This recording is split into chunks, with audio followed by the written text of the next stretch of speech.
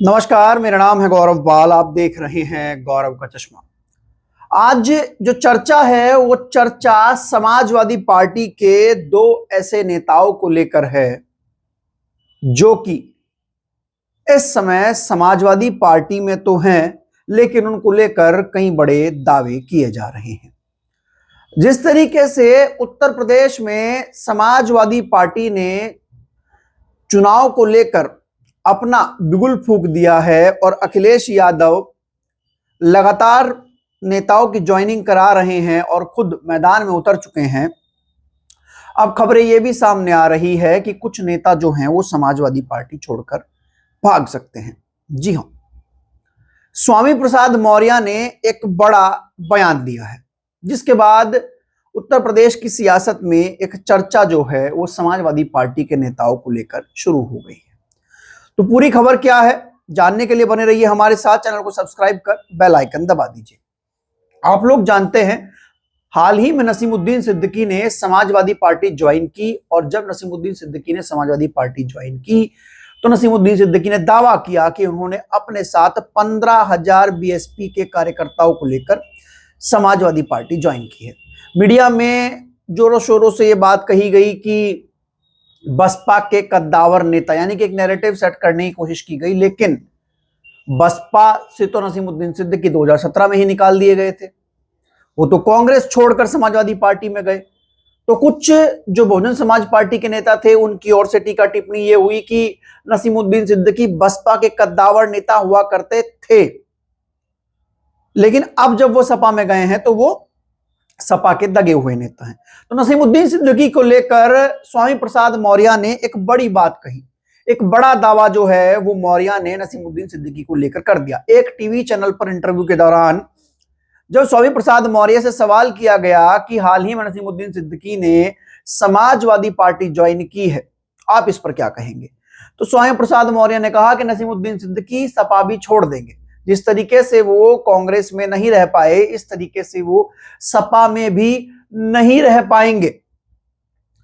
अब ये बड़ा सवाल उठ गया है देश में और प्रदेश में। चर्चा हो गई इस बात की, नसीमुद्दीन सिद्दीकी जो कांग्रेस के बाद अब समाजवादी पार्टी में गए वो सपा क्यों छोड़ देंगे। दरअसल सूत्रों के हिसाब से यह बताया जा रहा है कि समाजवादी पार्टी ज्वाइन करने के पीछे नसीमुद्दीन सिद्दीकी का सबसे बड़ा कारण है राज्यसभा सीट। बताया जा रहा है कि अखिलेश यादव ने नसीमुद्दीन सिद्दीकी को प्रॉमिस किया है राज्यसभा भेजने के लिए और उनके बेटे और भतीजे को चुनाव लड़ाने के लिए। ऐसे में अगर अखिलेश यादव नसीमुद्दीन सिद्दीकी को राज्यसभा नहीं भेजते हैं तो फिर यह हो सकता है कि नसीमुद्दीन सिद्दीकी पार्टी छोड़ सकते हैं। जिस तरीके से 2022 के चुनाव में इमरान मसूद को प्रॉमिस किया गया था कि उनको एमएलसी बनाया जाएगा, लेकिन फिर नहीं बनाया गया और इमरान मसूद अखिलेश से इस वजह से नाराज हुए और वो नाराजगी आज तक कायम है और कहीं ना कहीं इमरान मसूद के बयानों में दिख जाती है। तो ऐसे में बताया जा रहा है कि विधानसभा सीट तो गिनी चुनी है, लिमिटेड है, लेकिन दावेदार उसके ज्यादा हो जा रहे हैं। बड़ा सवाल यह है कि क्या नसीमुद्दीन सिद्दीकी को अखिलेश यादव राज्यसभा भेजेंगे, बड़ा सवाल यह है। और मेन चीज यह है कि अगर राज्यसभा नहीं भेजते हैं तो क्या नसीमुद्दीन सिद्दीकी टिकेंगे समाजवादी पार्टी में। जिस तरीके से यह बात स्वामी प्रसाद मौर्य ने कही कि जिस तरीके से कांग्रेस में नहीं टिके, कांग्रेस में को लेकर नसीमुद्दीन सिद्दीकी ने कहा कि कांग्रेस काम नहीं कर रही है, उनके पास कोई रोड मैप नहीं है, तमाम चीजें नहीं है, और अब वो समाजवादी पार्टी में चले गए। तो स्वामी प्रसाद मौर्य ने यही कहा कि वो कांग्रेस में नहीं टिक पाए, वो सपा में भी नहीं टिक पाएंगे। आपको बता दें कि स्वामी प्रसाद मौर्य भी बसपा के बाद भाजपा गए थे, भाजपा के बाद समाजवादी पार्टी गए, समाजवादी पार्टी में वो एमएलसी बने और उसके बाद उन्होंने जिस तरीके से वहां पर बयानबाजी की, सपा के नेताओं के साथ उनकी खटपट हुई, तो स्वामी प्रसाद मौर्य ने इस्तीफा दिया, पार्टी छोड़ दी और लगातार समाजवादी पार्टी की आलोचना की। अब भी स्वामी प्रसाद मौर्य जो है वो समाजवादी पार्टी की आलोचना करते हुए नजर आते हैं। तो ये बात तो नसीमुद्दीन सिद्दीकी को लेकर हो रही है। एक बड़ी खबर और है, एक बड़ी चर्चा और है आजमगढ़ से। पूर्वांचल वो क्षेत्र उत्तर प्रदेश का जहां पर समाजवादी पार्टी काफी मजबूत है। आप अगर 22 का विधानसभा चुनाव देखें और 24 का लोकसभा चुनाव देखें तो समाजवादी पार्टी ने पूर्वांचल में काफी अच्छी पकड़ बनाई है। अखिलेश यादव ने कुछ दिनों पहले आजमगढ़ में अपना एक घर भी लिया था, जिसके बाद से एक नैरेटिव प्रेजेंट करने की कोशिश की गई थी कि आजमगढ़ को अखिलेश अपना दूसरा घर बता रहे हैं और आजमगढ़ अखिलेश की पॉलिटिक्स के लिए कितना इंपॉर्टेंट है। ऐसे में आजमगढ़ के जो बड़े मजबूत नेता हुआ करते थे उन सबको समाजवादी पार्टी ने कैसे भी कैसे करके अपने साथ शामिल कराया। इनमें एक नाम था गुड्डू जमाली। जी हां, शाह आलम गुड्डू जमाली, जो कि बीएसपी में 12 से 17 तक विधायक रहे और 2014 में लोकसभा चुनाव लड़े। उसके बाद गुड्डू जमाली एआईएमआईएम में चले गए, 2022 में एमआईएम से चुनाव लड़े, तीसरे नंबर पर आए और 2027 में 2022 में फिर वो बीएसपी आ गए और 2024 में फिर सपा में जाकर एमएलसी बन गए। समाजवादी पार्टी ने गुड्डू जमाली को साध लिया और गुड्डू जमाली को साधते हुए समाजवादी पार्टी ने एमएलसी दिया ताकि 2024 में जो आजमगढ़ की पॉलिटिक्स है उसमें गुड्डू जमाली जो इतना बड़ा चेहरा थे वो सपा की तरफ आ सके और उसके साथ वो वोट बैंक भी सपा की तरफ आ सके जो गुड्डू जमाली के साथ था।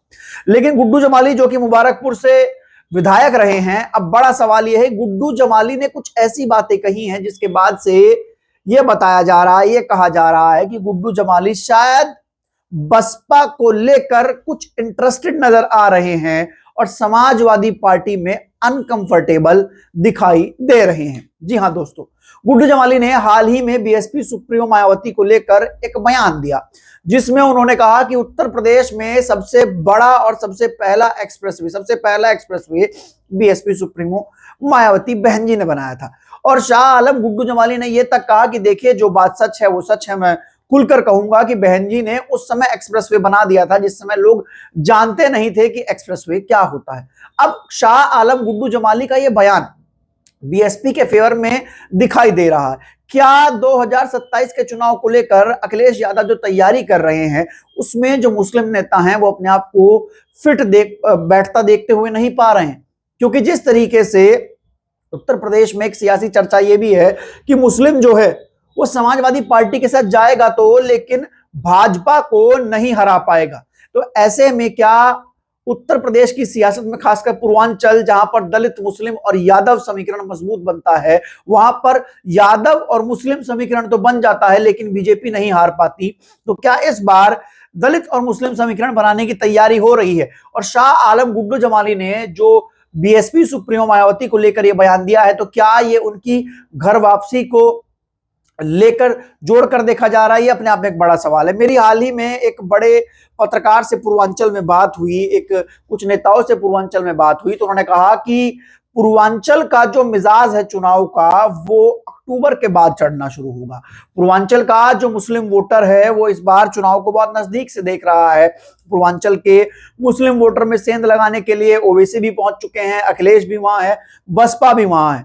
लेकिन जिस तरीके से मुस्लिम वोटर बार बार ये देख रहा है, नैरेटिव ये बन रहा है कि सपा जो है वो भाजपा को नहीं हरा पा रही है।